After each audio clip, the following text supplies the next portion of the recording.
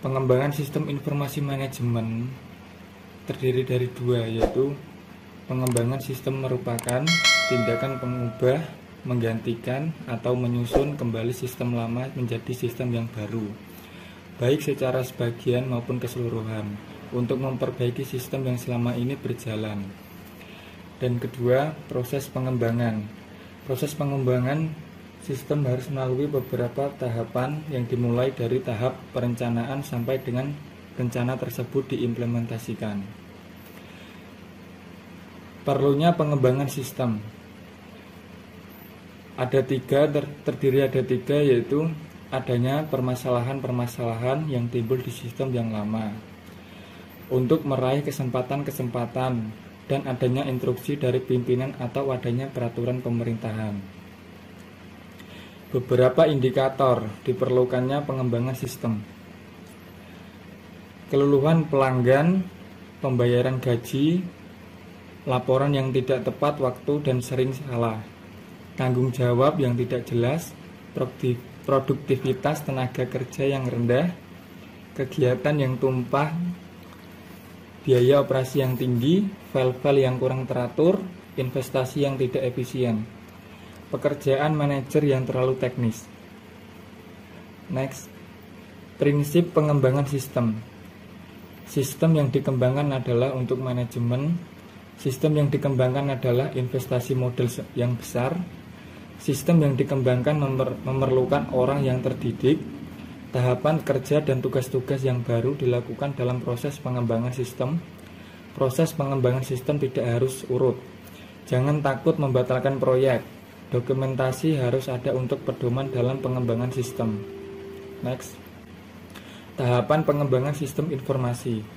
Tahapan utama siklus hidup pengembangan sistem terdiri dari tahap perencanaan, tahap analisis, tahap rancangan, tahap penerapan, tahap penggunaan. Di samping gambaran yang sudah saya cantumkan.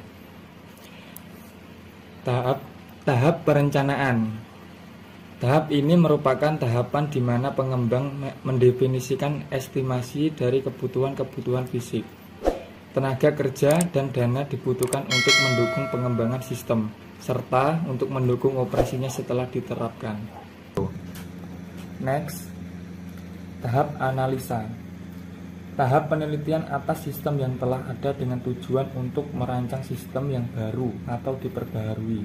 Informasi yang didapat dari proses sebelumnya, yaitu tahap perencanaan, dikaji lebih dalam oleh seorang analisis sistem atau sistem analisis. Next, tahap rancangan. Tahapan ini fokus pada bagaimana sistem itu dibentuk untuk memenuhi kebutuhan pada fase analisis sistem.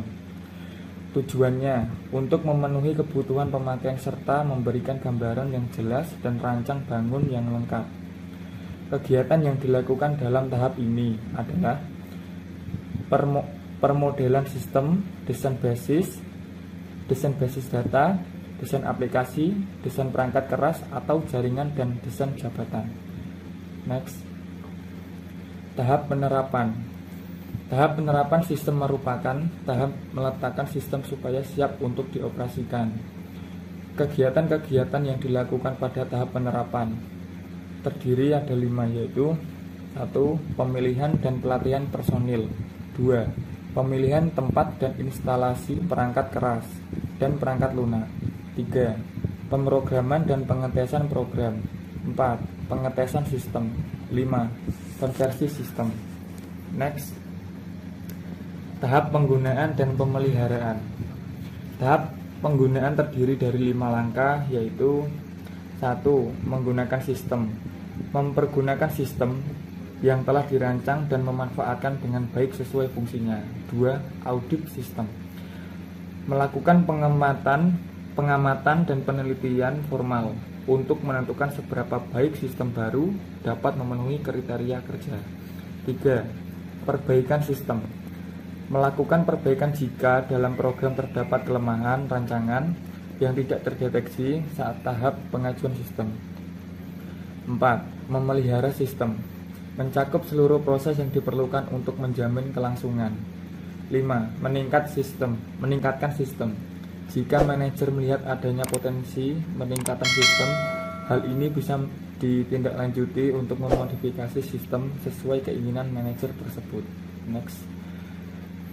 Thank you, terima kasih, sekian. Assalamualaikum warahmatullahi wabarakatuh.